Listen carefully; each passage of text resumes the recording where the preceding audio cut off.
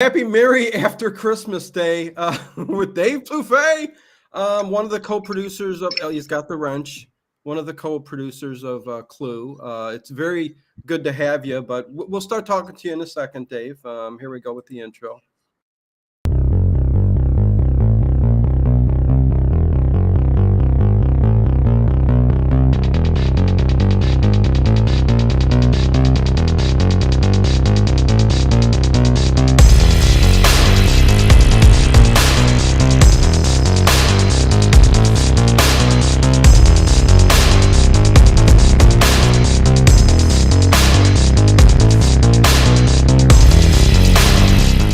Is it just me? Or is it getting crazier out there? Hey, everybody. Welcome to Late Late Horror Show. What's going on? It's me, Dino, and that's Dave Plouffe. Hey, it's Dave Plouffe. How dare I? All the way from Hollywood, California. Close enough. Why I wanted to say that. I mean, come on. One of the co-producers of the movie himself. I didn't even know that Dave did this, but listen, I'm joking. He's not a co-producer, but we love it. We love this movie. We are going to sit down and talk about this movie and kind of watch it together. This is where I should say, if you got the movie and you can cue it up on the TV, please do. Otherwise, you're going to just see two guys babbling, talking about a movie. That's why the title is the watch along, if you guys want to do that with us. We're watching the one on Amazon Prime. Not everybody has access to Amazon Prime, but it's an hour and 36 minutes, and we are just going to go on and have fun and talk about this. It is going to be great. And let me say hi real quick, Dave, to everybody in the chat, as always. CM, what's going on? Connie Clary. JLR, hugs, my friend. What's going on? Jimmy D, Connie Clary. Orange Clark is here. Red Cat Ranch. The day after Christmas. Everybody settling in. Cindy Settles. What is going on, Cindy Settles? Tiffany N, Lynn. Ginger, of course. Black Roses. WWM. Tell you what, I had this heat turned all the way up because it was -5. And now that it's got up to 25 today, I'm starting to get pretty hot here. I've been opposite. Yeah. It was 84 here yesterday. I actually turned the air on. Oh, I yearn for the days of spring. Oh, listen, it was just not that long ago. Anyways, so that's everybody in the chat. How are you doing, Dave? You excited for this movie again? I cannot wait. It has been weeks since we planned this, and this is one of my favorite movies. So it's like The Burbs for you, where it's just this comfort film. And for me, it's the same for Clue. Yeah. You know what? Clue is there along with The Burbs, maybe just a little bit under, because The Burbs is just so highly ranked for me and my comfort. But yes, I mean, how can you go wrong with Clue, man? Hello, Maynard Gentry. New, but hello. Good to see you here. I have my fan going, says Cindy Settles. Yeah, listen, anybody in a warm area, good for you, man, because it is so terrible, and people have lost their lives, man, in this frigid cold. So anyways, 1985, Clue. It's funny, the director of this film, Dave, Jonathan Lynn, really, this is his claim to fame, and I think a BBC series that he did, Yes, Prime Minister, which I've never seen, but has some acclaim over there in the UK. Do you want to start the film? Oh yeah, no, we can start the film. Let's go. So hey, this is how we're going to do it. Don't hit it yet. We are going to start the film. If you guys are watching along, follow along with us. We are going to hit play right now. So 3, 2, 1 on one. Dave, hit play. Okay, so 3, 2, 1. Playing. So there you go. We are starting the movie, and we will continue to talk about this as we go. You have some stuff behind you there, Dave, too, right? That your DVDs and stuff. Yeah, when I was watching this earlier, I watched it last night. I watched it this morning. It just reminded me of your films. Murder by Death, of course, is really the first time you have an all-star cast like this together in a Yeah. Gothic mansion and a murder happens and all of that. Of course, mid 1970s. And this is kind of like that decade later where you have a different group of stars, very similar in terms of location and everything. And it's just fantastic. Oh yeah, Murder by Death, and a good group of like really great actors playing the roles, just as in Clue. Clue's got some top-notch acting in this movie for every role, pretty much every role. Same with Murder by Death, and I think Murder by Death very underrated. I don't think talked about that often, right, Dave. I mean, really? Yeah, I don't think it's talked about that often either. It was a very special movie for me because as a kid growing up, that was the first movie I got to stay up late and watch. It was past my bedtime, and my dad was like, "You've got to watch this movie." And so I did, and I've Yeah. loved it ever since. Um, and Clue, I came late to Clue. I saw Connie, she had written down that she took her parents to go see the film. And Really? I Okay. missed out seeing this in the theaters. And I'm wondering how much I would have loved it and how many times would I have gone back to see the different endings.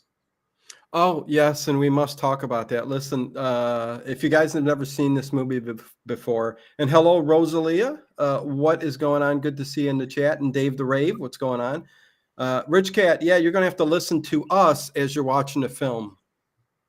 Or you can turn us off and watch the film. But yeah, let's talk about that in a second. But yeah, this is, again, the opening scene. It's all everything you love, like Murder by Death and some other movies, which we can talk about after The Cat and the Canary. A lot of it, even The Old Dark House, that's more horror, but it starts out with, people coming to the Haunted Honeymoon with Gene Wilder. That's another one. I mean, I love those movies where they're coming up to the big house, mansion, castle. Cat and the Either, Canary as well does the yes, same thing, where you have all these people coming for different reasons to meet at this house. And it's always funny because they never show up at the same time. right. It's always like one after the other, You got to introduce the characters, right? I mean, but yeah, yeah. I mean, how would the movie be if they all like congregated at the same time? Yeah. But this movie, I mean, it starts out that way where everybody starts coming one at a time, and Tim Curry is Wadsworth. He's the guy, the butler, who's gonna bring everybody in and let them know what's going on. But as you were saying, though, Becca Too Tall, totally here for this. Love this film. Everyone was brilliant, especially Madeline Kahn. Heck yeah, Madeline Kahn was great. Rest in peace. Cancer took her away too soon. Love that woman. Anyways, what happened was when it was released at the theaters, right, Dave? There were different endings because in the movie that we see, there were 3 different endings, and at the theaters, each theater would have different endings for the film. So somebody would come out seeing a different ending than somebody else. But you Right. have another bit of fact there too. Well, yeah, originally there were 4 endings filmed. And the last one, the 4th one, was so dark that the director decided not to show it. And it's do you want me to tell you the ending? Yeah, yes, you might as Okay. well. So there's going to be 3 different people who do it, depending on the ending. And in the 4th ending, it is Tim Curry. It's the butler, and he poisons everyone with their drinks. And he escapes in the car, but crashes the car on his way out, and the dog attacks him and kills him. So The in the 4th ending, a little too dark, everybody dies, even Wadsworth. Yeah. I can see why they kind of kept it from not being the 4th ending, but I don't know. I might prefer the way that would have ended. I don't know. Maybe Yeah, and that's the now horror side of me. you can find it in the book Okay. because there is a book of Clue. I can't remember the author's name of it, but it's insanely expensive if you ever come across it on eBay. So it's several $100s. So Holy Moses. yeah, but anyway, that there is a fourth ending. Wow. And I love the library. That is my favorite room, obviously. But I mean, Yes, yes. I would have to say too, and we're there at the library, but we'll have Dave kind of go through what's going on here at the beginning here real quick. Adrian Mendoza, what's going on? Good to see you. And Shortisha, some new names. Good to see you guys. But yeah, what have we missed here? What's going on so far? all right. So the first thing we saw was Wadsworth driving up to the home. And one thing I wanted to mention is I've been to this home because it is local here in Pasadena. And that driveway, literally, it's a little embarrassing because there is a small like guardhouse at the very front of this property. It's bigger than my house. And then you drive up through this kind of winding area, and then you get to the house itself. And that's kind of what we saw so far in the film. Now, the home in the distance in the film is like multi-story, and you kind of see a conservatory off to the side. That's all computer generated. It's not until you actually get to the doorway where that is the doorway to the home. And it's just, it's an amazing Gothic mansion. Each of the stones was brought from England to this location where this guy and a famous architect built it. So it's really, and also from the 1960s Batman. This is Wayne Manor that you see on the exterior shot where they kind of drive up to it. Really? Okay. The conservatory is all digital? In the faraway shots of the film, yes. Really? Okay. I mean, I would have to say the library is my favorite room too, because listen, I love books. But the conservatory is probably my second favorite room, just because of the whole, a lot of the old films, like especially you gotta love 1900 to 1930. All the rich people making these mansions that were built, with the conservatories, libraries, and all this kind of stuff around this area. That you see in a lot of the old movies, like from the 20s and 30s too, even into the 40s. I just love it. I love everything about it. But yeah, that's interesting. And we're introduced to some of the characters start coming in. I'm kind of getting lost already, but they're all just flowing in. We're introduced to the maid right away. Thank God. Yes. Yeah, Yvette. I mean, it's like, which is your favorite room? Any room that she's in. Yeah. Colonel Mustard showed up first. And one of my favorite parts of that is... Can I just say these three ladies? Can I just say that? There you go. Yvette! Anyways. With Colonel Mustard, you see his profile on the wall and with the shadowing, almost like Hitchcock. And, it's wonderful to see each of the characters show up. And of course, we already passed one of my favorite parts, which is where Miss Scarlet and Professor Plum are driving up to the house and the car is stopped. And she's all, "Why is the car stopped?" And he's all, "It's frightened." Yeah. No, listen, let me go through a list of characters really quick. Tim Curry, of course, the great. Boy, and another one of my favorite Rocky Horror Picture Show movies of all time. I mean, that's just up there too. Plays Wadsworth. We have Eileen Brennan as Mrs. Peacock, which you'll know her from the 70s a whole lot more than the 80s. But I think, right, Dave? Am I wrong? She did a lot of TV. Well, she was in Murder by Death. She was in The Cheap Detective. She was in Private Benjamin. There you go. She was in Murder by Death. That's right. I didn't even think of that. Yeah. And Christopher Lloyd. Yeah, Christopher Lloyd as Professor Plum. Everybody knows Christopher Lloyd, Back to the Future. Doc. Michael McKean, Mr. Green, who Lenny and Squiggy, Laverne and Shirley, and the big rock one. This is Spinal Tap. This is Spinal Tap. I, boop, boop. I don't know. You know what I mean? And Which he Martin looks Mull, totally different. Yeah, comedian. You mean Michael Keaton? I mean Michael McKean. No, Michael Mole was a stand-up comedian. Martin Mull, Colonel Mustard. Yeah. And Leslie Ann Warren is Miss Scarlet, the beautiful Leslie Ann Warren, who was also in that Rocky Horror Picture Show. Yes, as a very young woman. Very much so. Yeah. Here she's about 40. Yep. And still looking beautiful, and still looks beautiful today. Absolutely. Yes. And Ginger, yes, I was. Dave Plouffe, were you born in Southern California? There you go. Yeah. Is there a reason you asked, Ginger? Does his accent give him away? Private Benjamin. And yes, Colin Camp as Yvette, and Lee Ving as Mr. Body. But we also have Bill Henderson as the cop who comes in. And one of my favorites, Jane Weedland, the singing telegram girl from The Go-Go's. Yeah, none other than, right? Oh, boy. And she looks fantastic in this. Of course she does. She's a cutie. Yeah, and when she went... She needed more screen time. Well, let me ask you real quick. The Go-Go's, which one did you have a crush on? All of them I know, but... No, Jane Weedland, number one. Okay.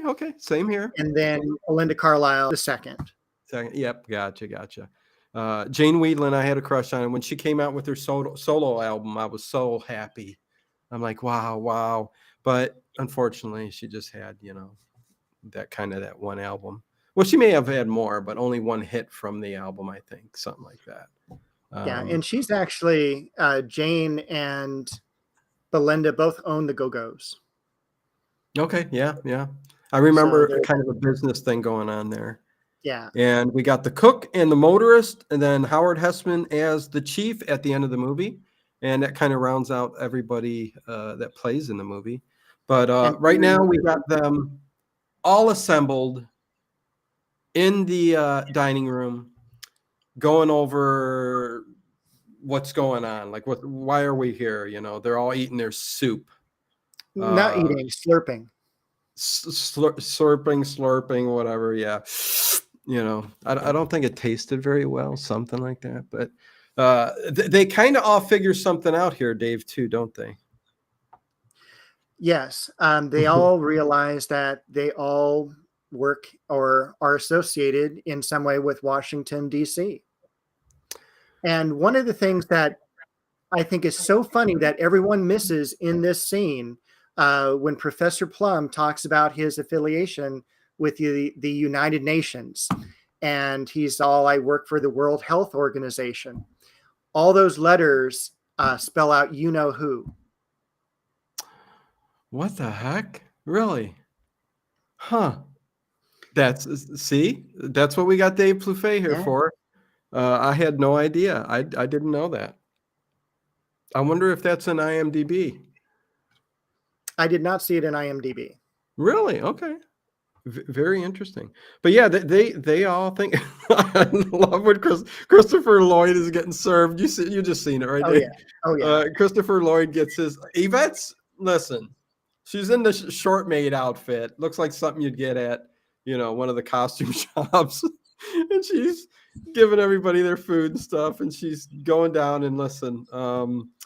Professor Plum, Christopher Lloyd, he's oversexed. He's looking at every woman there. But Yvette is just like bending down, and he looks over and like it's right there. And I'm like, I lose it. It's funny.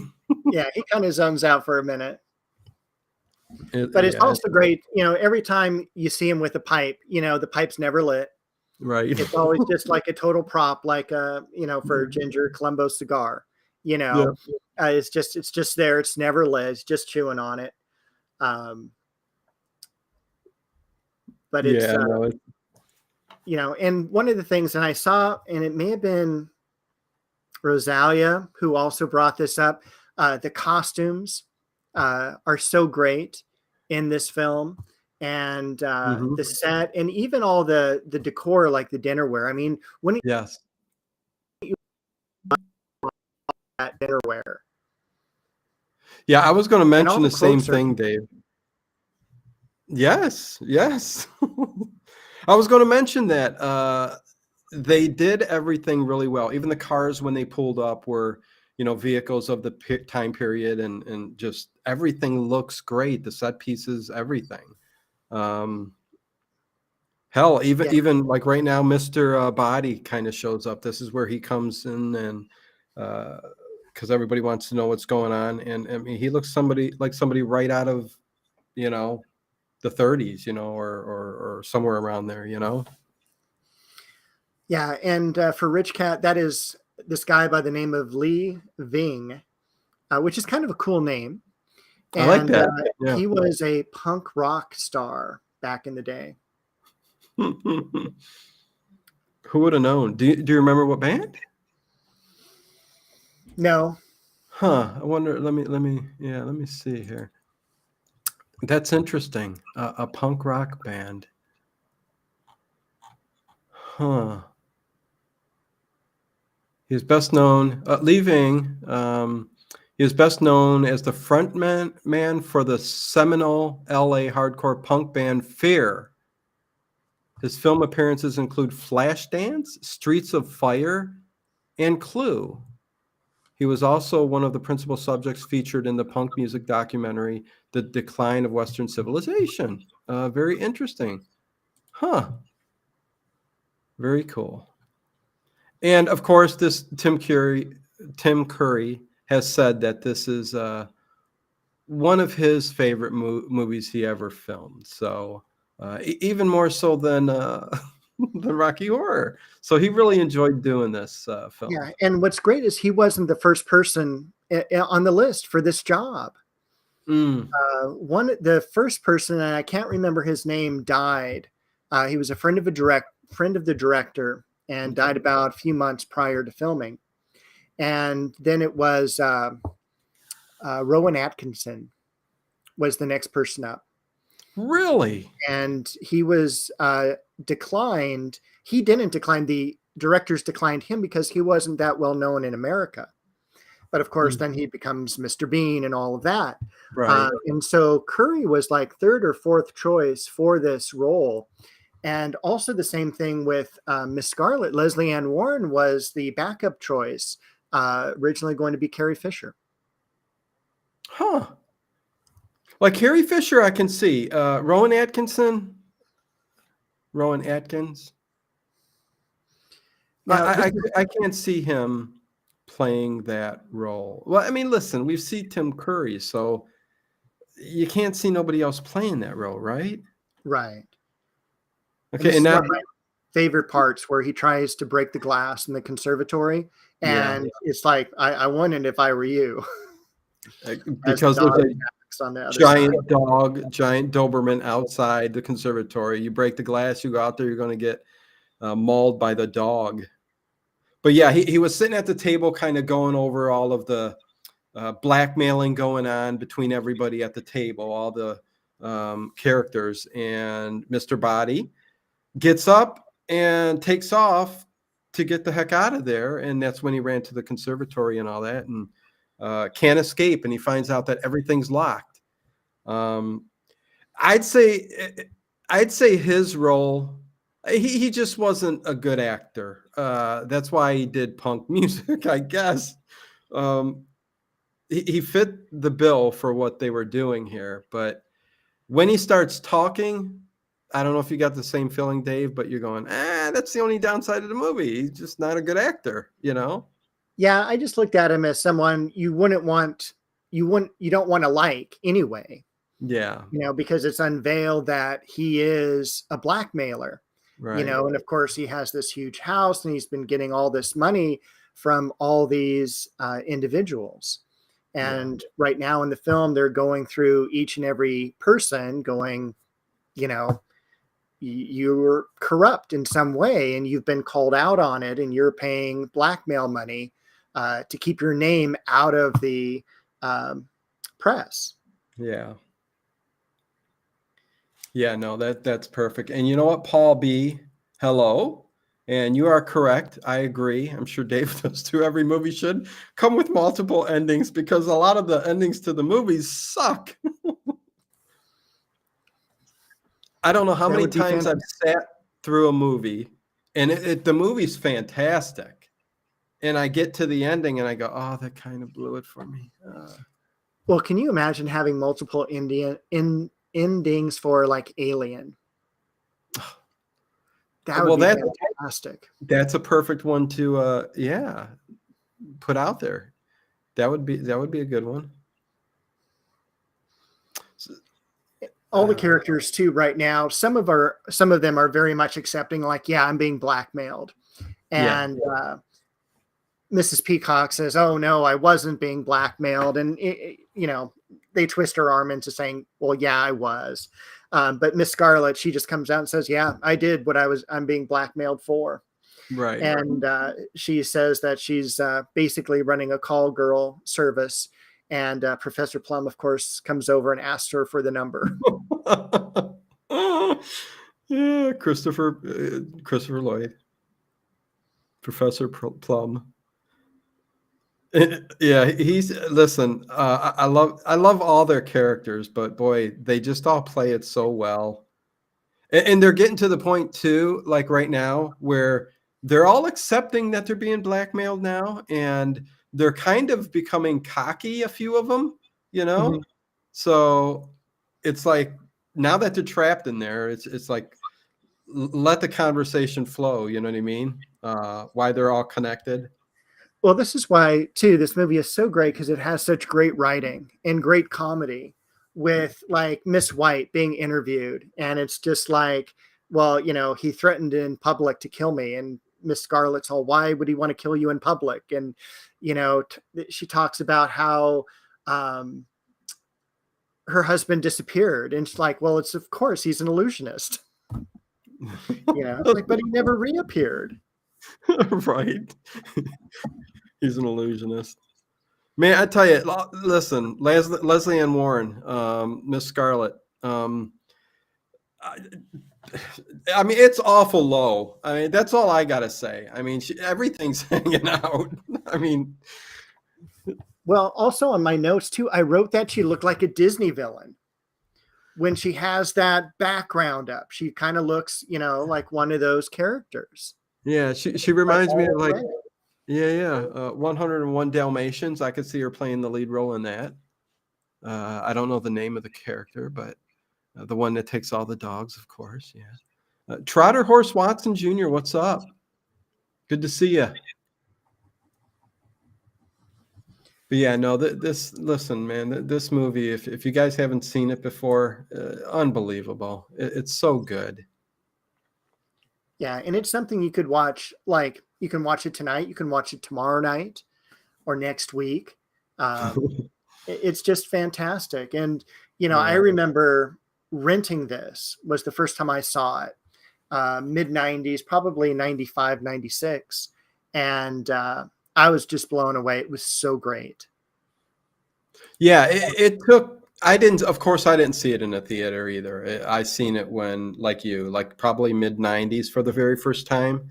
And it was just great. And then I didn't really even fall in love with it to the point I am now until even maybe a decade later. And then it became this kind of consistent movie that I continue to watch over and over and over.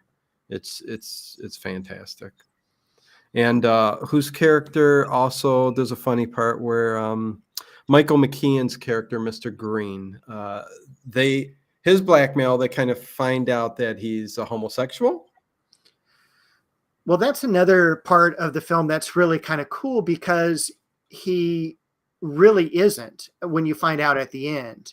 Well, right. When Wadsworth is reading all the things and he says, don't bother reading mine, let me tell you what it is. Wadsworth is seen going back, rechecking his notes, going like, this isn't correct, And so it's at this point where you kind of know Wadsworth, if you're following along, is like maybe not telling the truth. Maybe he's, a mole or something like that in this group.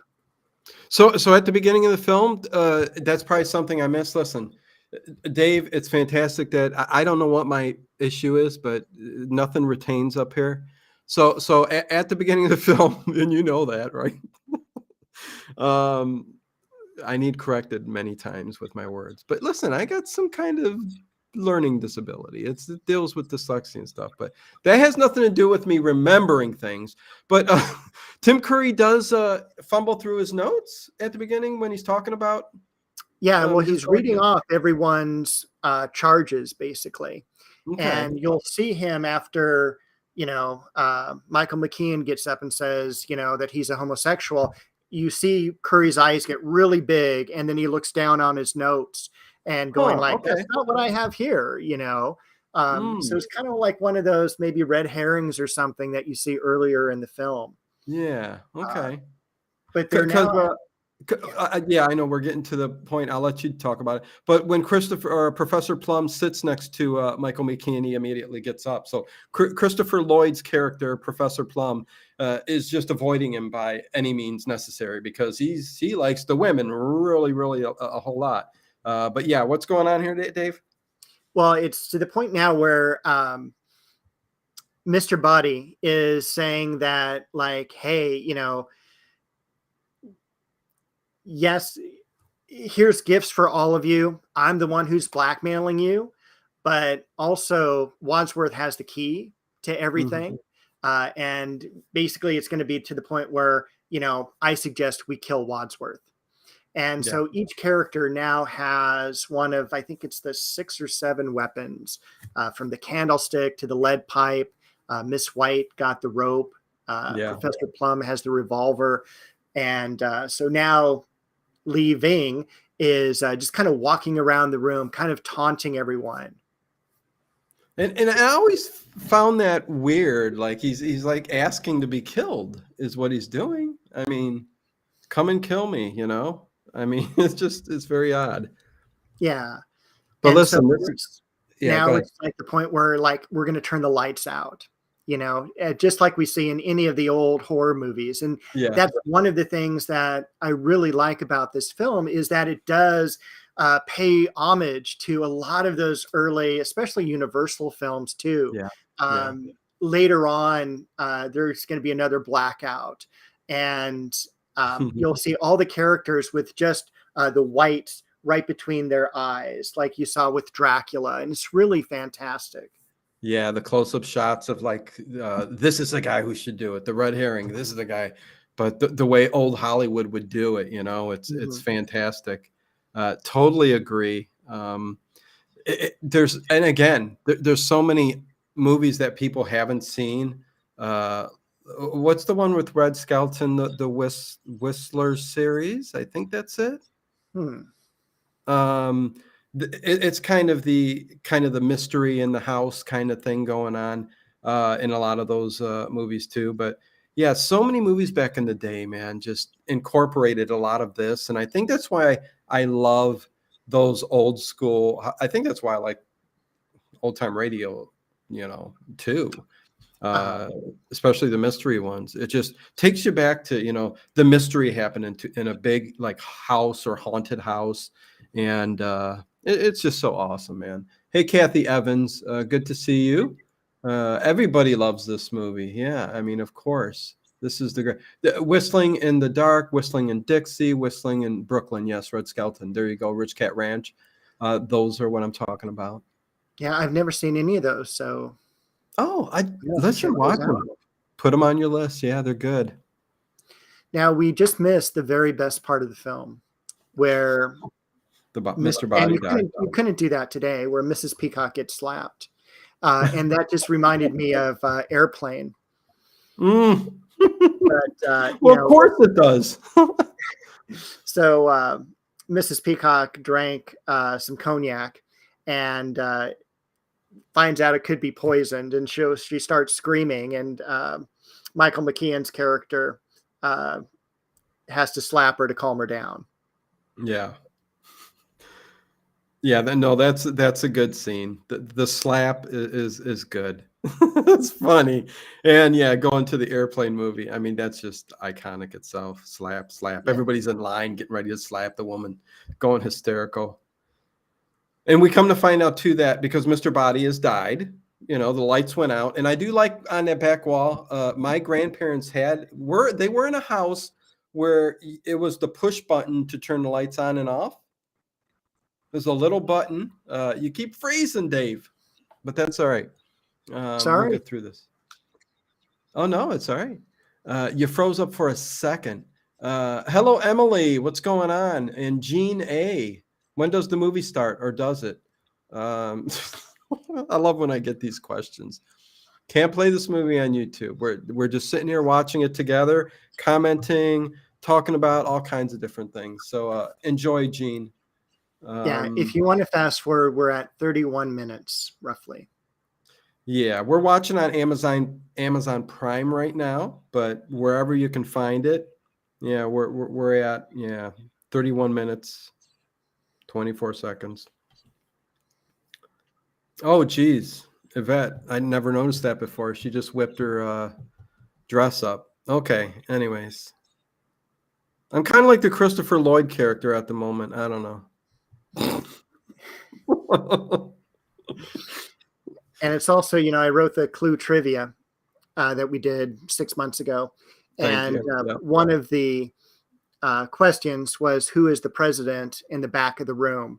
That's right by McKeon. And it is President McKinley. Yes, which is an odd choice, and especially, he was assassinated in like 1901. And, here we are in the 1950s and he's so revered. And that's always a great part too, where McKeon, the table that he's leaning on, collapses. And that's listen, there's every scene's funny in this movie from start to finish. There's not too much that doesn't keep you. This is one of those movies that just keep you enthralled from beginning to end, nonstop, at an hour 37 minutes. It's all the quotes. You can't walk away from this film without having a favorite quote. Exactly. It's like Seinfeld, the sitcom. But getting back to President McKinley, that's a big props to the person who put the film together too, going back in time and what was big at the time. Not anybody would do that. You would see Abraham Lincoln or George Washington or whoever back in, somebody popular. But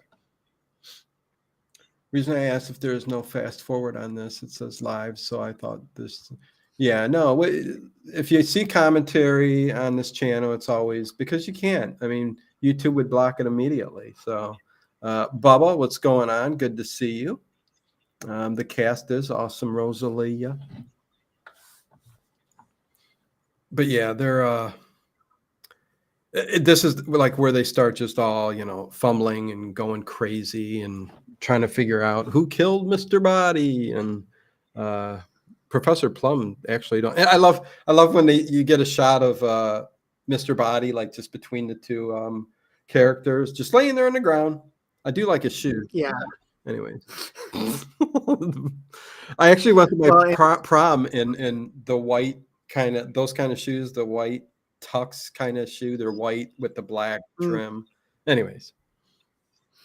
Well, we're also finding out that Wadsworth, the butler, is also a victim of Mr. Body, who basically his wife committed suicide because she was a socialist. Yes.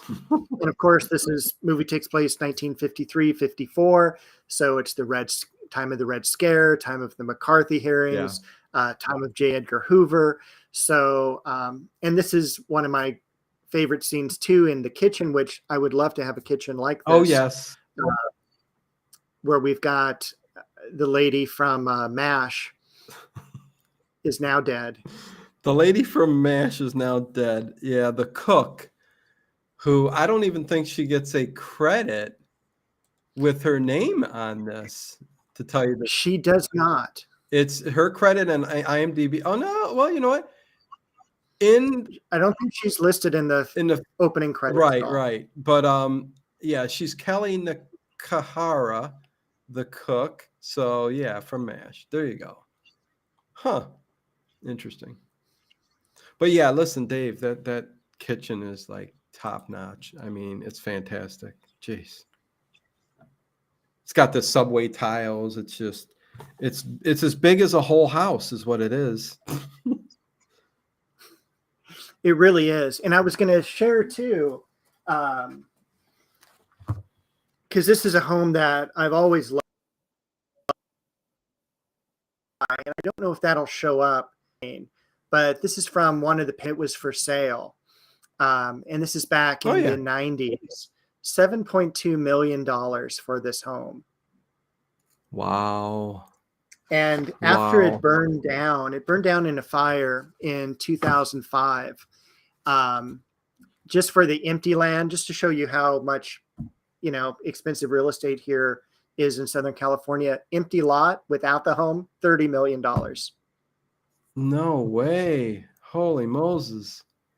Yeah. Yikes. And they just, I was by here maybe a couple weeks ago, and you can see it from the freeway driving into LA, and they had rebuilt another home, different style. Really? Okay. At least you got to see the original, right? Yeah, I got to go into it. Every year, Pasadena has what they call their showcase house. And they choose one mansion and they divide it up. Each room goes to a different designer. Each section of landscape goes to a different landscape designer.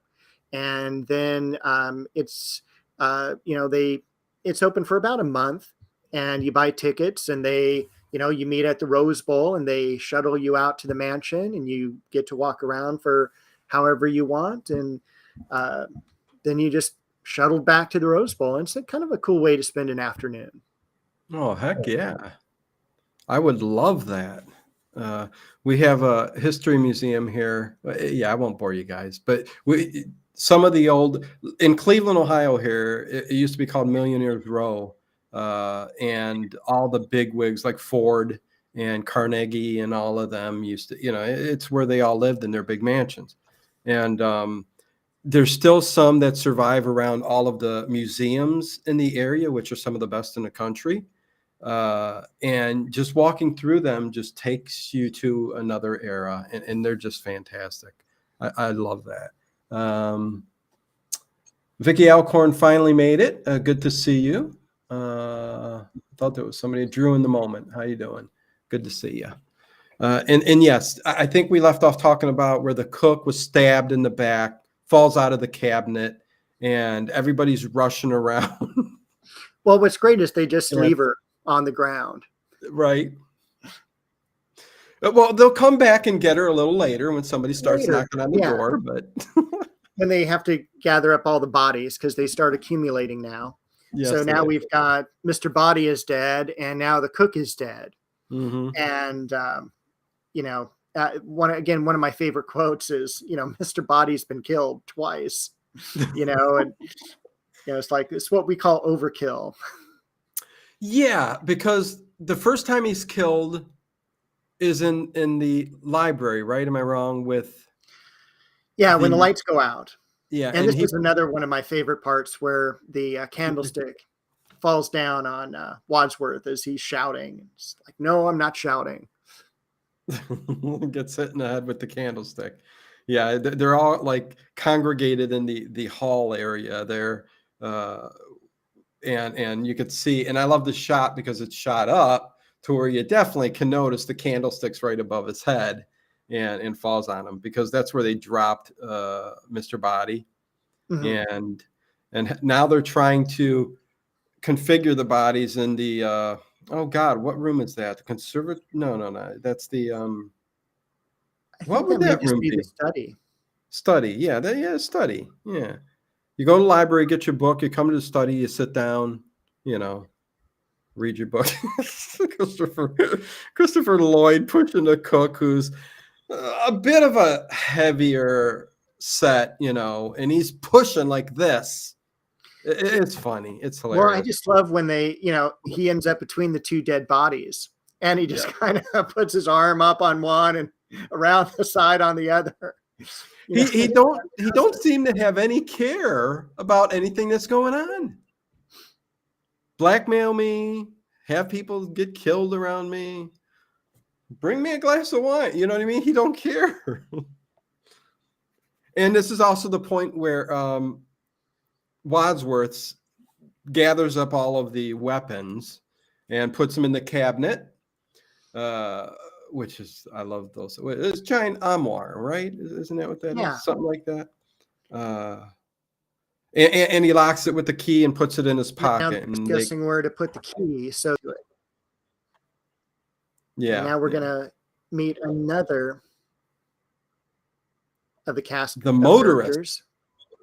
The motorist. Yes. And he's in actually one of your favorite movies from the 70s. And its sequel.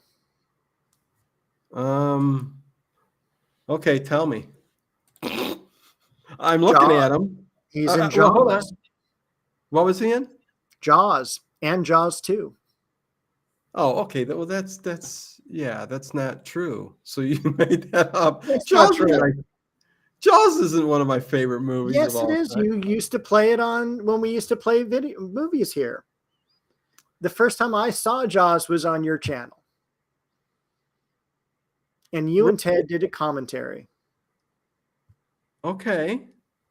Did I say it was one of my favorite movies? I don't know, but I just assumed.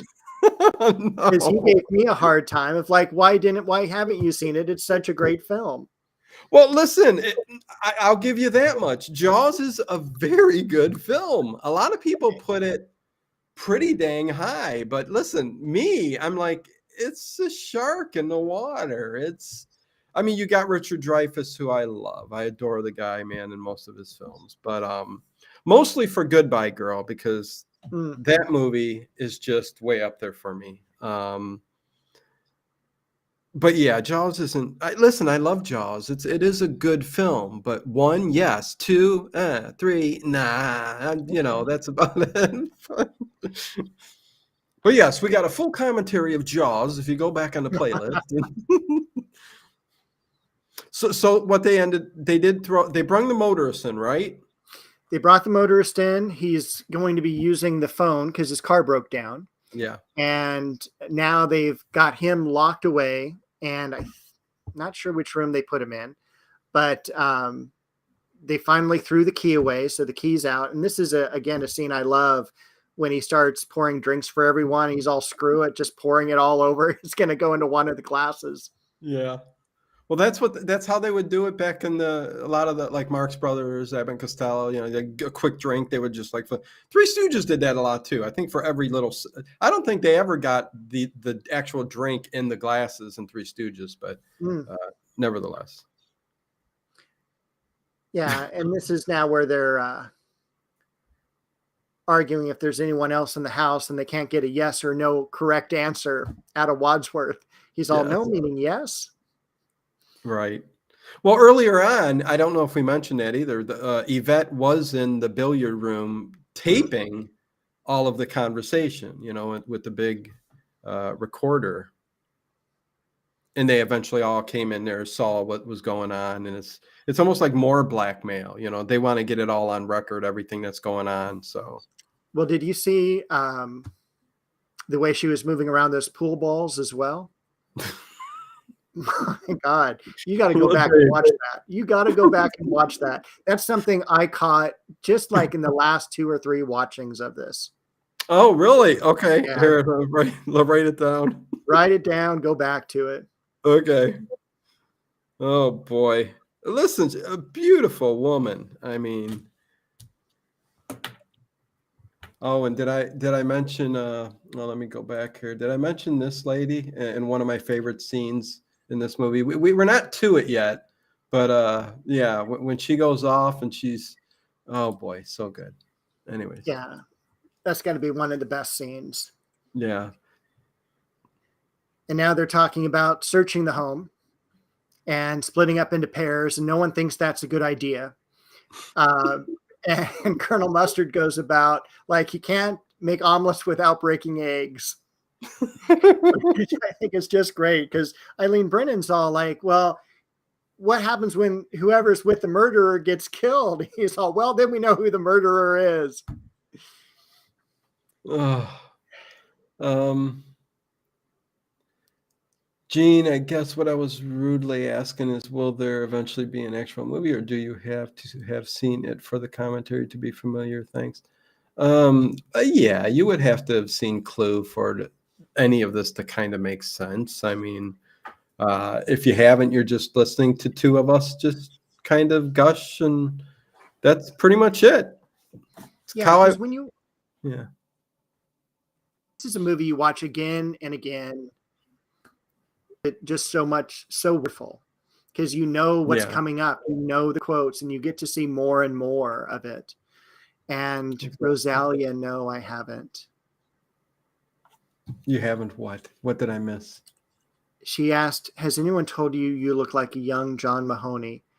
And that's no. Okay. But it's fine. I'll take that as a compliment because I love John Mahoney. There you go. So it's funny, everybody's getting Wadsworth kind of cuts up the long matches to see who's going to get paired up with who.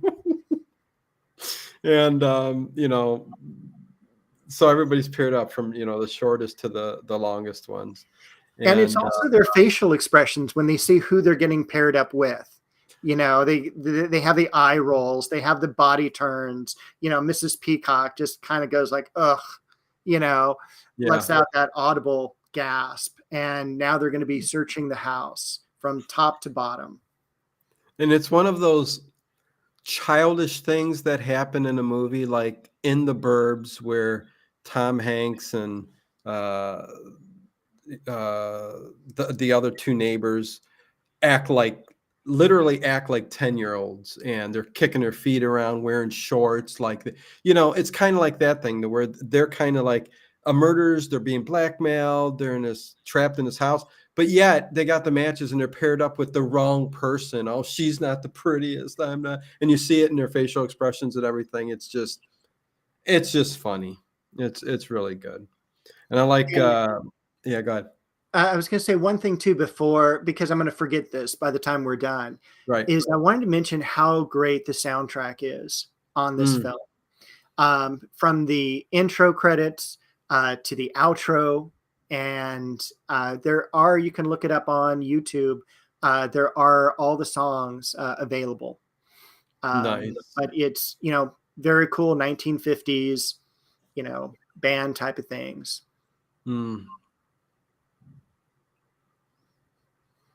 Yeah, soundtrack is very good, very apropos to the time period for sure. Yeah. And I love when these people, none of them want to be together looking, for the murderer, and none of them want to be with the person they're with.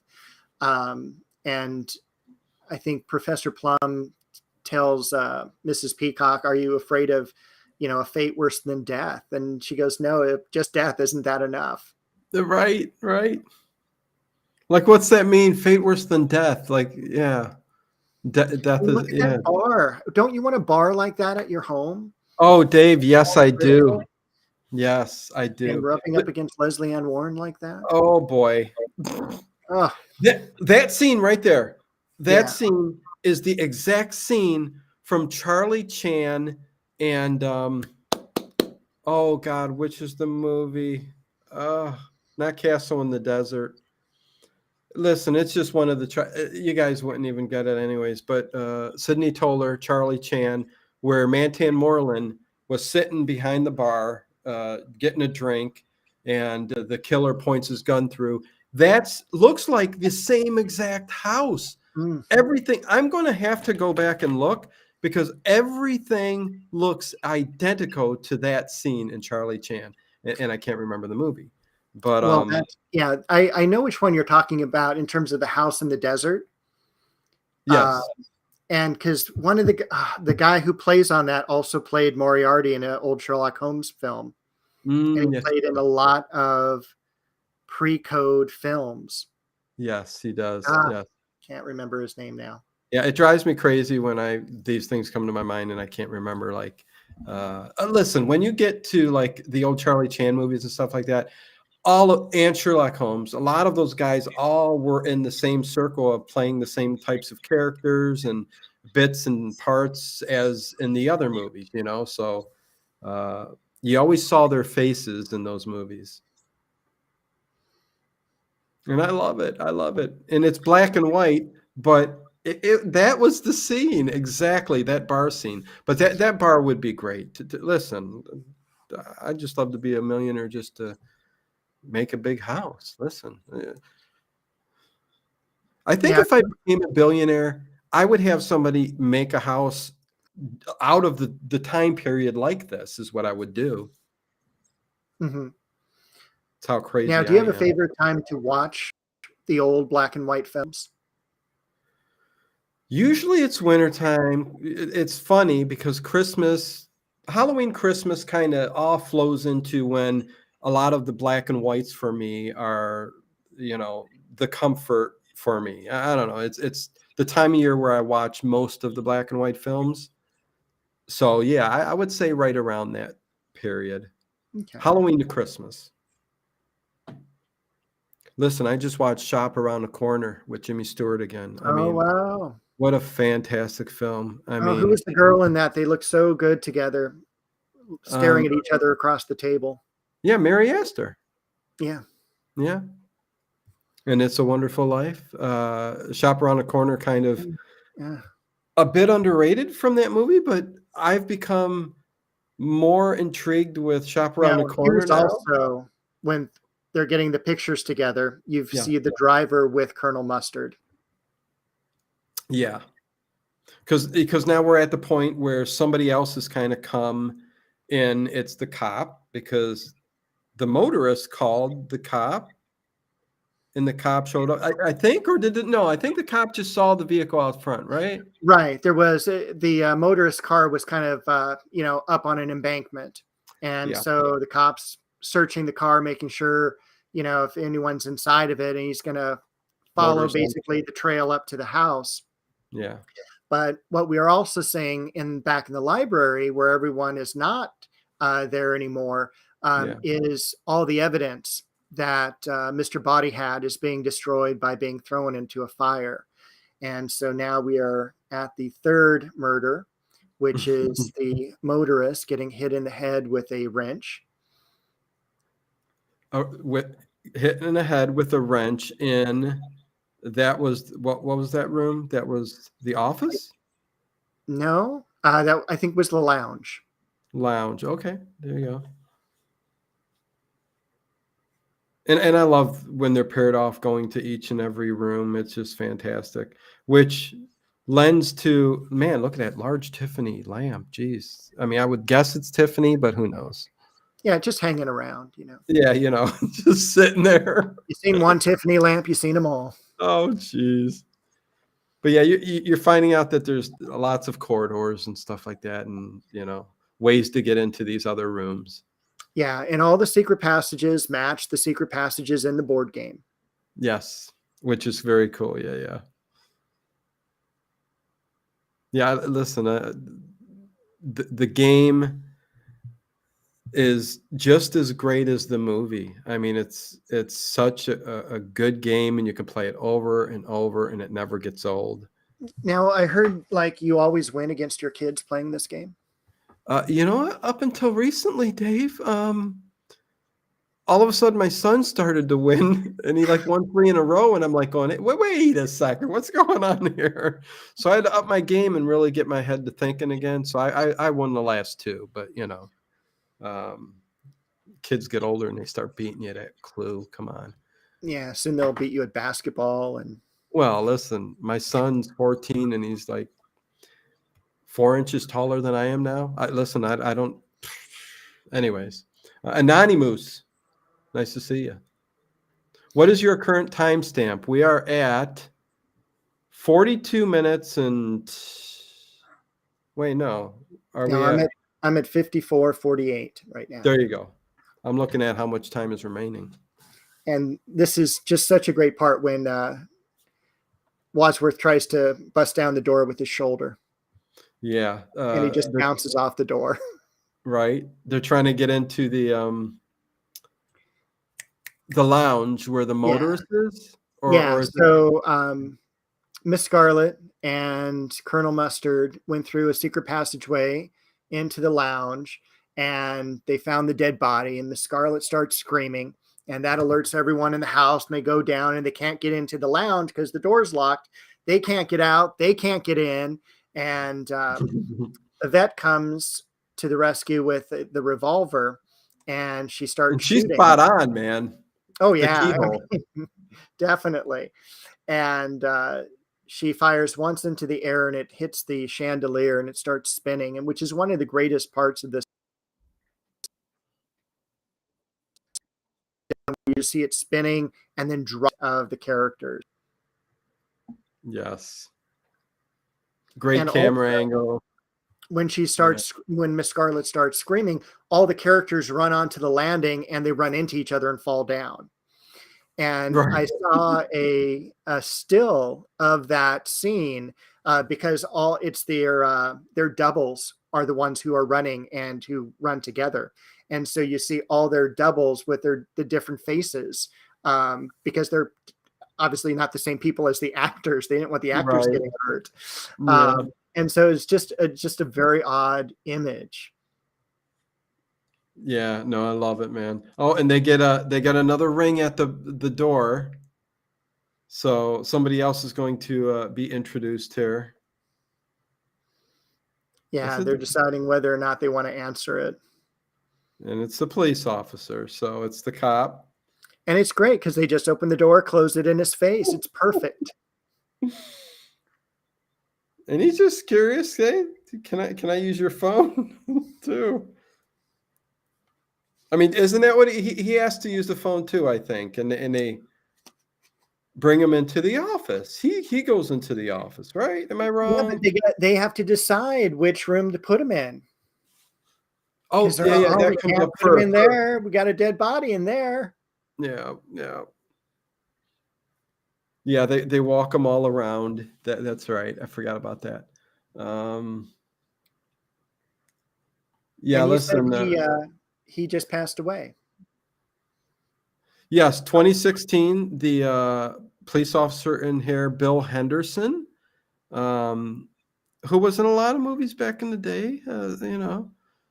50s, 60s, 70s. I like Christopher. Yeah, they're all blocking the door, like standing up, guarding it, and holding it, and he puts them into another room. So yeah, he does lock them in this room, but then he does end up coming out and look around. But after they set everything up to look like everything's normal, which we'll talk about, it's kind of funny. Well, what's great too is when he locks him in the room, he says, "Feel free to have a drink," but he goes, "Don't drink the cognac just in case." Oh, jeez. Yeah. Oh, But I again, love it's it. the perfect house. It's the fire in the fireplace. It's the beautiful lead windows, the storm raging outside, the books on the bookshelves, and the phone rings, and it's J. Edgar Hoover. J. Edgar Hoover's on the phone. Did they ever? Oh, yeah. Dumb question. Forget it. Okay. J. Edgar Hoover on the phone. He's on the phone for a reason. And you'll find that out at the end of the movie. Or at least in one of the endings. Right. One of the endings, yeah. Oh, so good. Yeah, Rich Cat, if you haven't and I love the old Charlie Chan. Okay, so you've seen him. Okay. Yeah, listen, I can't say enough about but that's me. Charlie Chan just is a comfort film. Those are movies that I can just watch over and over and over and over and over, and it just makes me feel good. So, but they are good old detective films,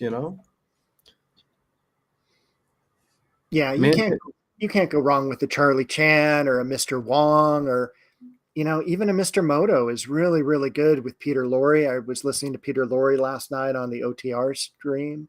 yeah. He was the nightmare episode that kicked it right off. Listen, his voice, he plays everything so well. That voice is just iconic. But yeah, no, Mr. Moto, again, I'm not going to say underrated, but those are a lot more well done and more money put into those films than the Charlie Chans. And, you know, top-notch filmmaking for like a detective type, you know, character. Mr. Moto films are just great. I would say for quality, I would put Mr. Moto there at the top, then Sherlock Holmes, and then I would go to Charlie Chan. Like Charlie Chan, it really is kind of cheese for the time period. Some of them are standouts, some of them are classics, but anyways, we're at some good scenes here, Dave, right? Absolutely. I mean, I wish I was the dead guy, you know. So, yeah, go ahead. Well, the cop is now like, he's curious as to what's going on in this house. And so he starts going in all the rooms, and, you know, they're pretending they're like making out with a dead person or dancing with a dead person. This is one of my favorite parts where the motorist is drunk, and they're all like, he's dead drunk, and they're all dead right. You know? They are. And Professor Plum got his way with Miss Scarlet because they start making out, you know, and he was constantly flirting with her, you know, the first half of this movie, and he gets to make out with her on the couch. It's kind of funny. Yeah. He promises that he's not going to be driving home. Yeah. Oh man, what's not to love with this movie? But they all get away with it. I mean, they pass the test, and the cop doesn't think anything's going on. Yeah. And then Michael McKean's facial features, you know, standing behind is just great. Yeah. Again, I mean, it's nonstop hilarity. It just keeps going. Yeah, and it really is, you know, kind of a unique movie that it just takes place within this one home, and they're just running basically from room to room, which you'll definitely see in the reveal. You know, a lot of the reveal is just them going, you know, it happened here, let's go. And they go into the billiard room, and they go into the lounge and the library and all of that. Yeah. The only time is when they split up and venture off into the rooms is when you really get farther, like, you know, sets for what they're doing and all that. But it's pretty much just all of the rooms, just like the board game. Look at that. Is that a radio or a TV right there with the antenna? I don't know. And this is such a great part where he gets hit in the head with a ironing board. Yeah, like in most of the movies back in the day, you know, the ironing board would be up, clipped with a little hook on the wall, and you would unhook it, and it would come down and hit him in the head there. I mean, it's genius, right? Let's put the ironing board in the wall, but who does ironing anymore, right? Because nobody's putting clothes out on the line, really. I love the attic. I love Yvette and Michael McKean's character up in the attic. Mm-hmm. Or is it just Yvette? I don't know. Anyways. Yeah, it's both of them. But it's so funny because, of course, Michael McKean says he's homosexual, and he's the last person that wants to be with Yvette. Right. You know, and yeah. Everyone goes, I'll go with you. I'll go with you. And he's all, no, thanks. Yeah. And so the lights have just gone out again for the second time. And windows are blowing open, doors are blowing closed. Yvette is sneaking downstairs. Which she is. And you can definitely tell. But she's going back into the billiard room, and we have this person, androgynous voice that is like, you know, like, are you alone? And she's all, yes. And she goes, oh my God, it's you. And now she's being killed with the rope. Right. If Ginger's still watching, yes, it's like Giallo. The character there is like disguised his voice. It's anyways, Yeah, whatever. it's Giallo without the nudity as well. Right. Because every Giallo has nudity. Well, And this is great too, because the cop's about to be killed, and he with the gets lead pipe. with the pipe. But first, the lead pipe goes down on the handle for the phone to disconnect it. And Yeah. so, and here's your favorite part too. Yes. Yes.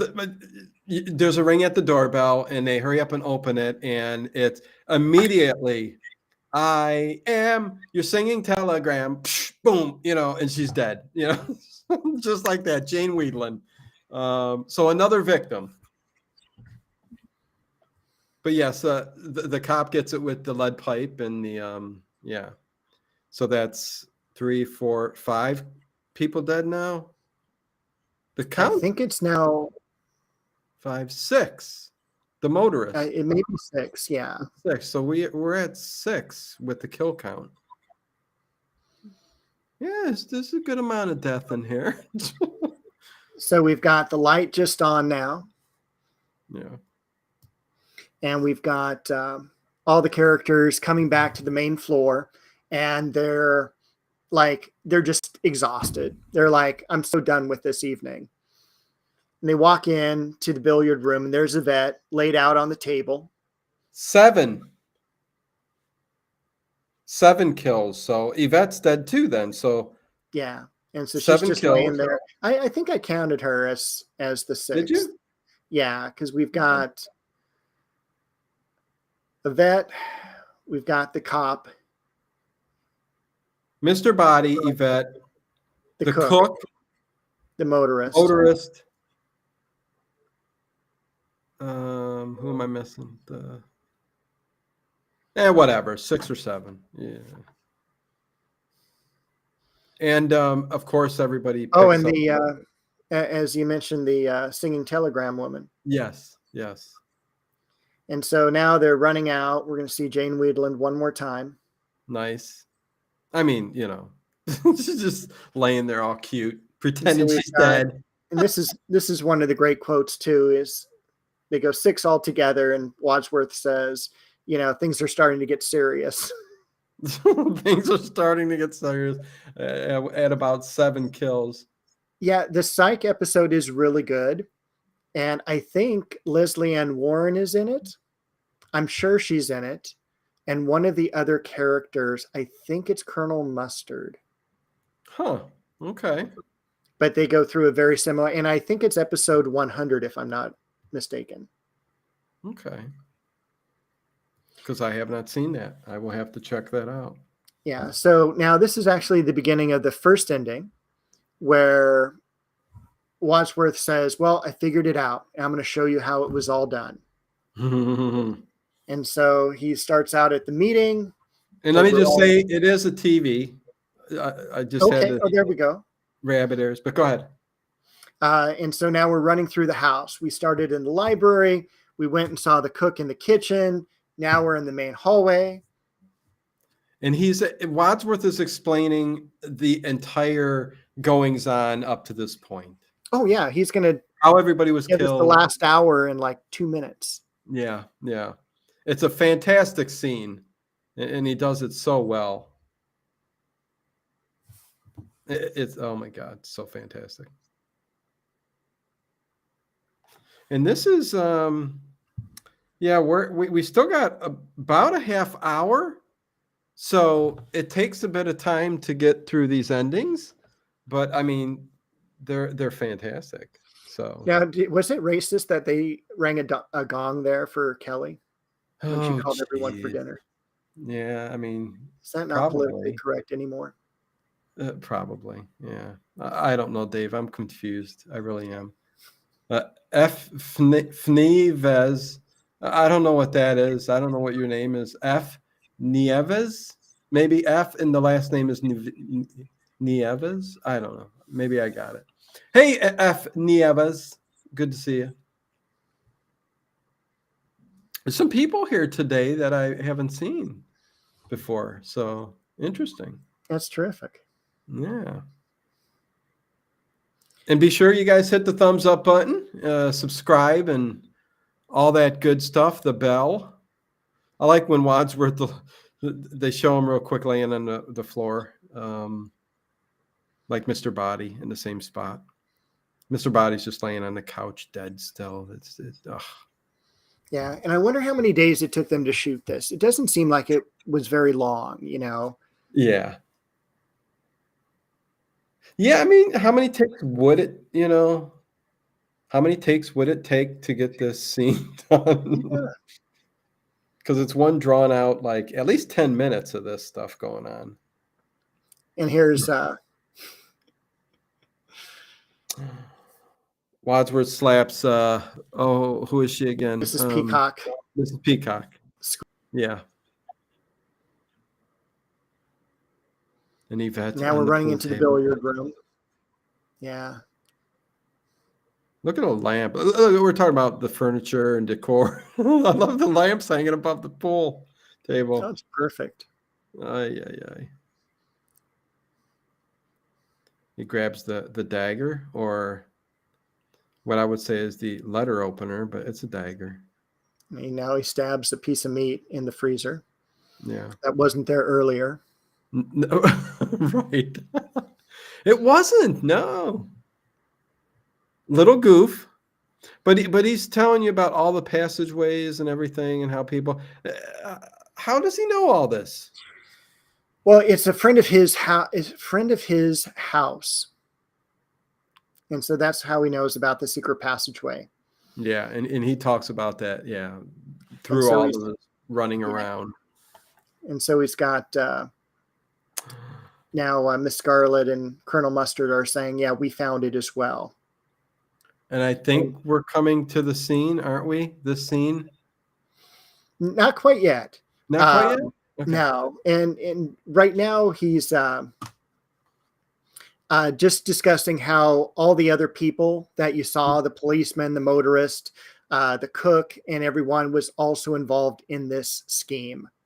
Yes. They were all accomplices of Mr. Body. And then, of course, Colonel Mustard kind of figures out some of it, and he's very proud of himself. Right.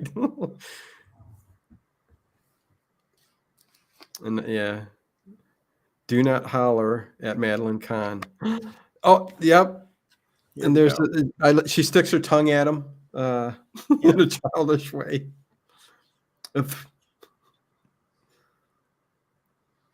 I mean, everybody's basically just like kind of like hollering back at him, like, no, how do you know this? And, stuff like that. But boy, Tim Curry is sweating to death.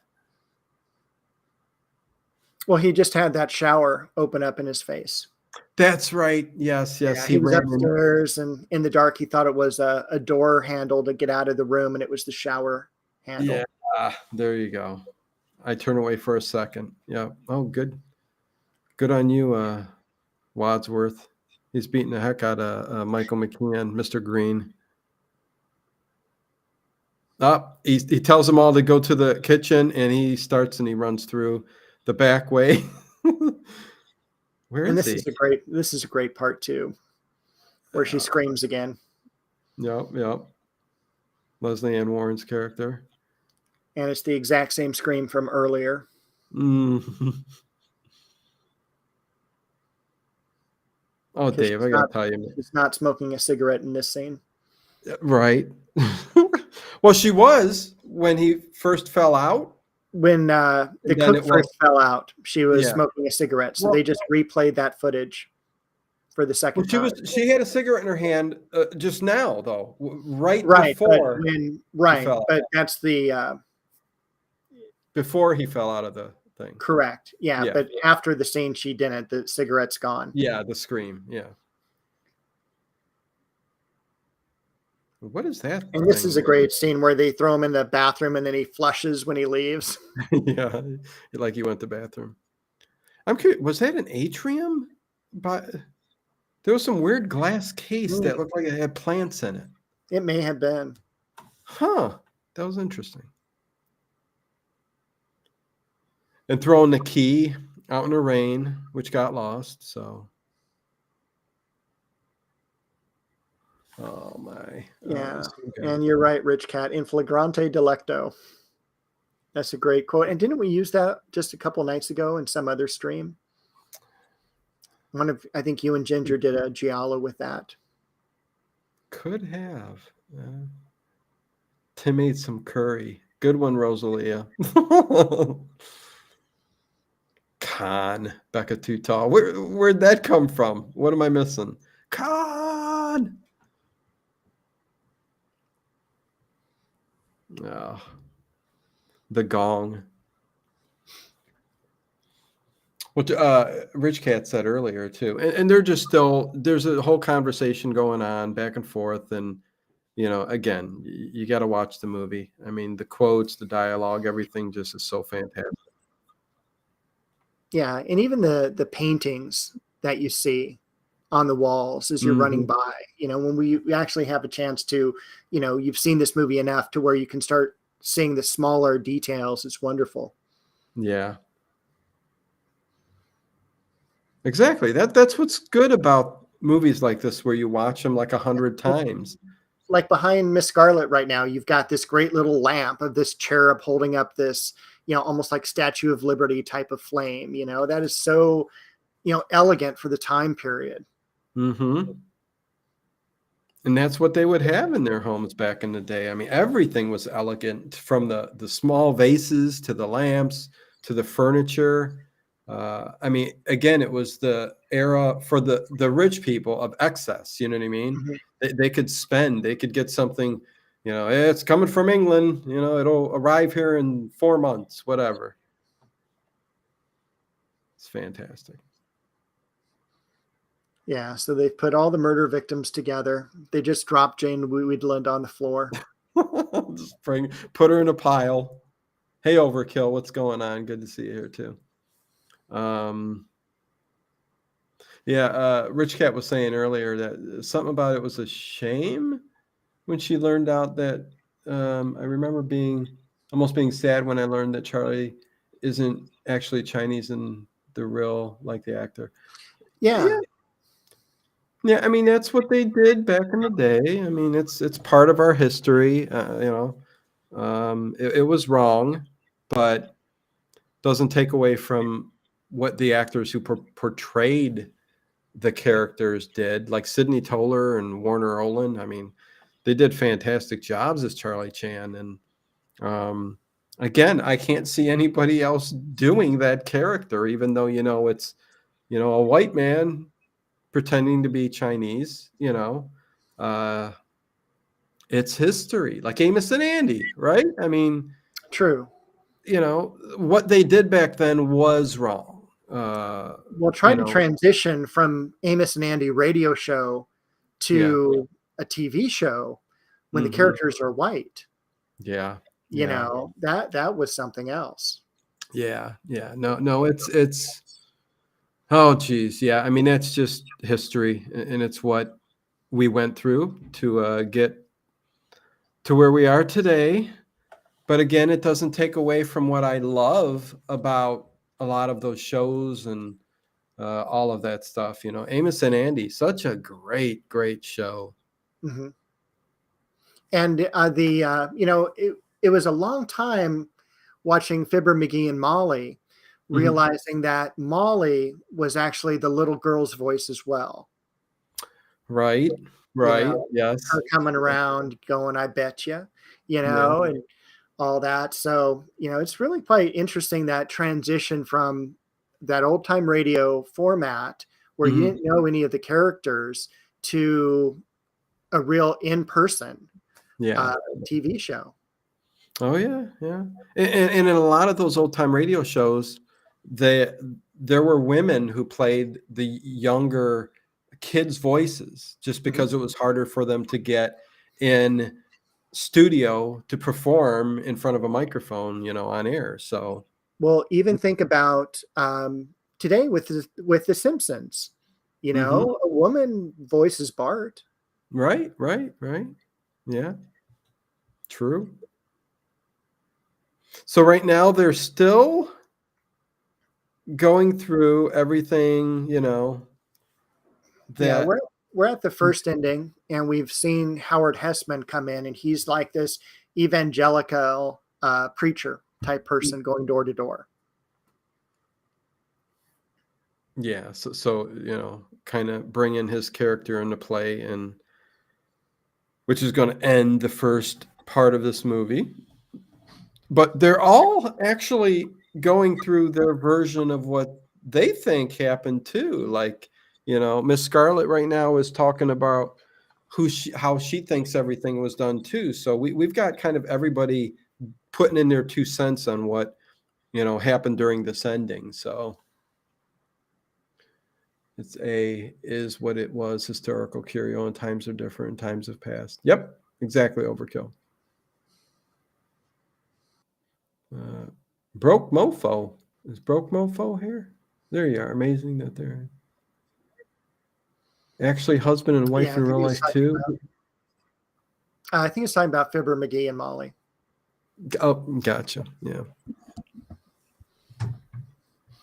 Oh, And so yeah. now Okay. it looks like Miss Scarlet is the first killer. Yes. She grabs the gun out of her purse and starts pointing it to everybody, and accusations fly. So, yeah. But now we're also going to get one of the more famous lines, because Wadsworth is going to tell her there's no bullets left in the gun. Right, because they're trying to count. Okay, how many were shot? I don't think there's another bullet in that gun. It's funny. Well, there is. There's one bullet left. Right, right. And she's going to end up shooting the chandelier. So they trick her. I as mean, well. Yeah. yeah. Just And enough. this is where Go ahead. I really like when they talk about Professor Plum going like, how would it look, if you were disgraced, saying you slept with a client, and he's all, I may go up in their estimation, Yeah. as a government employee. Oh, heck yeah. Listen, overkill. Yeah, casting Charlie Chan these days would be more authentic. I would be all for. I would love them, like they did the new Sherlock Holmes movies with Robert Downey Jr. I love those movies. They were good. I mean, they're not Basil Rathbone, Nigel Bruce. Nobody ever will be, but those were fantastic redos, and I would love to see a new Charlie Chan film. Heck, Peter Sellers played a great one in Murder by Death. So Absolutely. yeah. But again, that was Peter Sellers playing Charlie Chan. Well, I would love to see even like a TV series of Charlie Chan, where they would do maybe a show every 12 shows a season or something like that. Yeah, it would definitely have to be done right. A lot of these networks, even like Netflix and all this, they tend to be on the cheap side and do it wrong, in my opinion, for a lot of these series. But yeah, a series, I would love that, man. But even like China, they have their movie industry is just unbelievable. There are a lot of really good noir type films that come out of China that I've watched that are just top notch, fantastic. And not to say I would want China to make the Charlie Chan film, but Right. some of the actors that are over there could definitely come over and play that part. Here's the second one, right, Dave? Yeah. Now we're into the second possible ending, and Broke Mofo. I remember that VHS Clue game as well. There were so many. Was that an 80s Clue game? I mean, was it? Very late 80s, yes. Okay. There were so many VHS game, like Nightmare was one of them, if you remember that. I don't. Where this guy would get, yeah, it was Nightmare was a VHS horror game. But yes, there were a few of them, but I did not know there was a Clue game. What the heck? Thank you, Overkill, super sticker. Thank you very much for the $4.99 super chat. Appreciate it. I hope everybody had a very good Christmas, and unlike me, but hopefully you guys all enjoyed it very much. So the second ending ends up having who as the killer? Well, it's going to be Mrs. Peacock. That's right. That's right. And she's going to go running out in just a little bit. And one of my favorite, again, a great favorite part is once they arrest Mrs. Peacock, I forget who pulls on suspenders, but you actually hear a boing, and it's just like total cartoon type of soundtrack. Look at all of the fuses in that little room in the back there. Oh my gosh. And you've even got the breaker, pull down or pull up to. Yeah. Wow. It's just so funny seeing so many fuses in the way that was all set up. And that's actually the real thing, because this was an actually real house that they filmed it in. So. And at this point, they start singing "She's a Jolly Good Fellow." Yes. And this is a much more shorter ending. Not my favorite ending. I think this is probably the least favorite of all three of them that they show. And my best being the one that they never did. I think that would just be awesome. But anyways, kill everybody. Why not? Wadsworth knows what's going on there. Dialogue back and forth. Kathy Evans, I found a copy of the VHS game at a flea market. It was fun to play. Yeah, I don't know how that one slipped by me, because we played a lot of VHS board games back in the day. Again, Nightmare being the top one that we would play all the time. To this day, you can find it on YouTube. You could probably find Clue, the board game on there too. I would think. And Howard Hessman is outside when Miss Peacock comes out, still with the pamphlet, the religious pamphlet, and takes care of her. And everybody comes running out. Yeah, and this is just a great line where Wadsworth says, "We always get our man," and then he says, "Mrs. Peacock was a man." They slap Mr. Green. There's the suspender pull. Yeah, yes, Colonel Mustard. Yep. But here's what really happened. Ending number 3. This is the best ending. Yeah, I think so.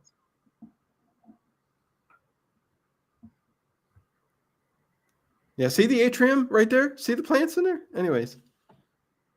What is that glass thing? I never seen that. That is interesting. It could also be something else where they were there. What were they called? Where there were glass cases where like curiosity cabinets. Yes, exactly. Like there could be something like a squirrel in there climbing a limb or something like that too. And all of that is dead foliage, but it just interests me. I don't know. Yeah, something petrified. Yeah. So what's going on really is Wadsworth is explaining everything really quickly again. Yeah, so they're going over the scene and everything that's happened. Yeah, and it's what's going to end up happening as he's going through each and every room is he's calling out each of the characters, going, "You killed this person, and this is why." Colonel Mustard went and got the key and the wrench, and he ended up killing. Yeah, and again, there were a lot of deaths. Yeah. Because he was his driver during the war. And of course, Colonel Mustard was a war profiteer. And so he knew that the driver knew that he had stolen essential Air Force or Army parts for planes that ended up causing a lot of soldiers to die.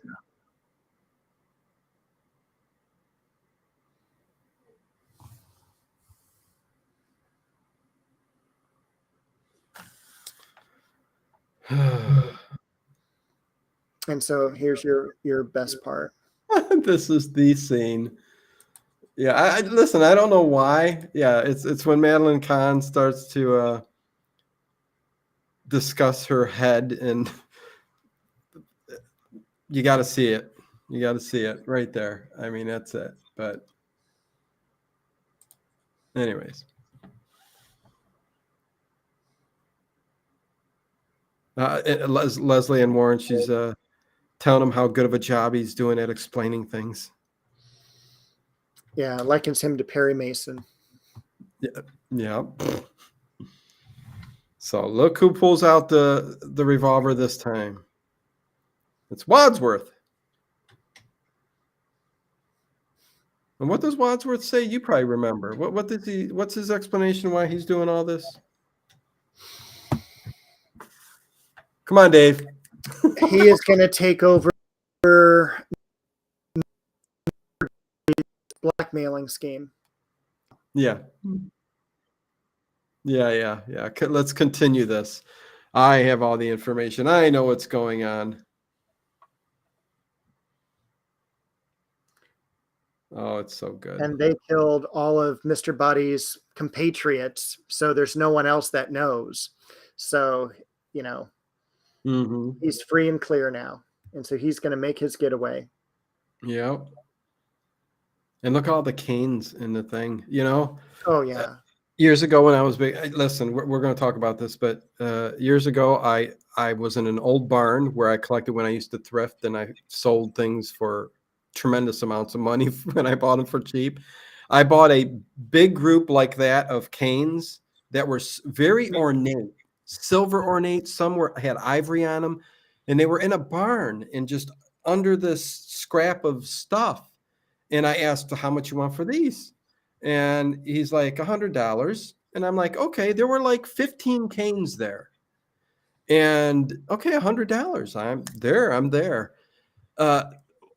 The least amount of money I got for one of the canes was $100 out of the 15.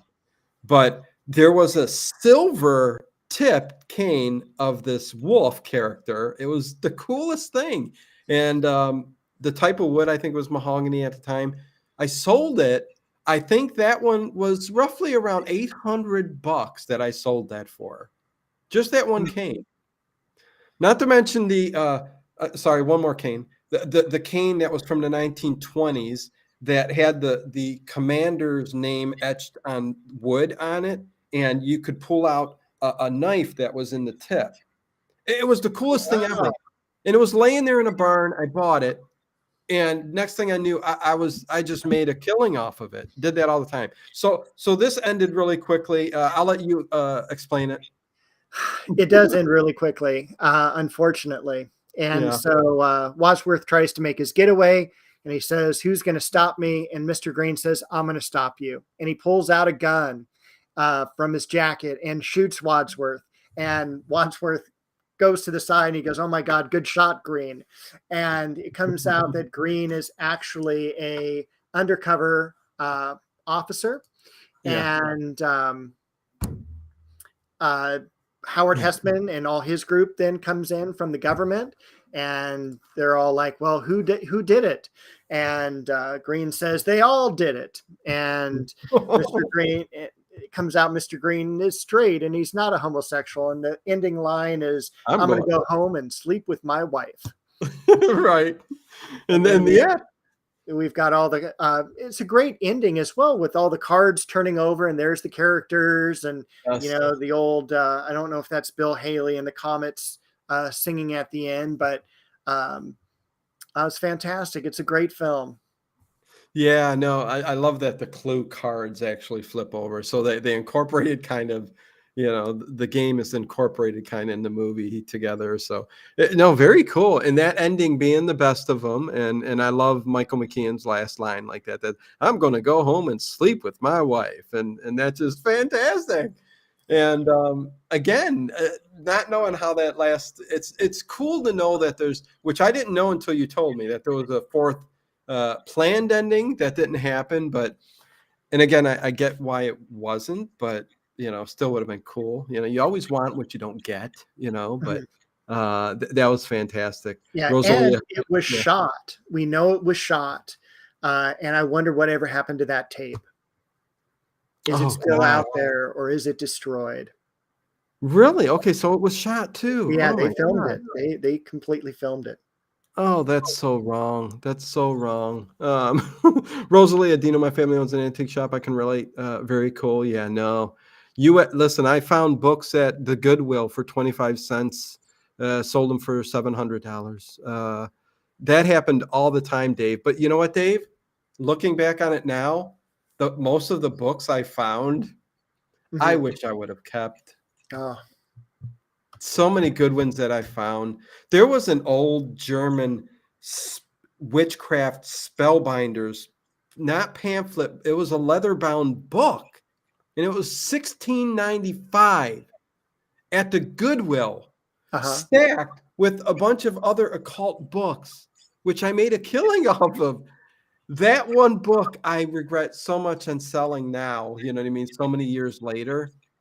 Um, oh my God, you won't find that stuff now. Right. Like the Well, 80s and 90s, that right when eBay hit, all of this stuff was just filing out into the thrift stores, estate sales, and everything. And then everybody caught on, and you just won't find it now. And I regret so many sales. Ugh. Anyways, yeah, we have a lot of, great libraries here, and we have the Friends of the Library sections. yeah, And there are so many people who just drop off these incredible just boxes of books. And, I'll try to front run them like before they go through and process them. yeah. But I found, and it's just out of reach right now up on one of my shelves, Mhm. was an Isaac Asimov book. And it had like a Crown bookstore sticker on the outside for like $4.98, Ugh. but it was one that he signed. And Really? so his books go for like $100 signed. And I'm like, oh my gosh, and I picked it up for like $1 at a Yeah. friend's library, thing. Oh, And I'm that's just like, nice. That's a just, fine. Yeah, no, stuff like yeah, that would happen all the time.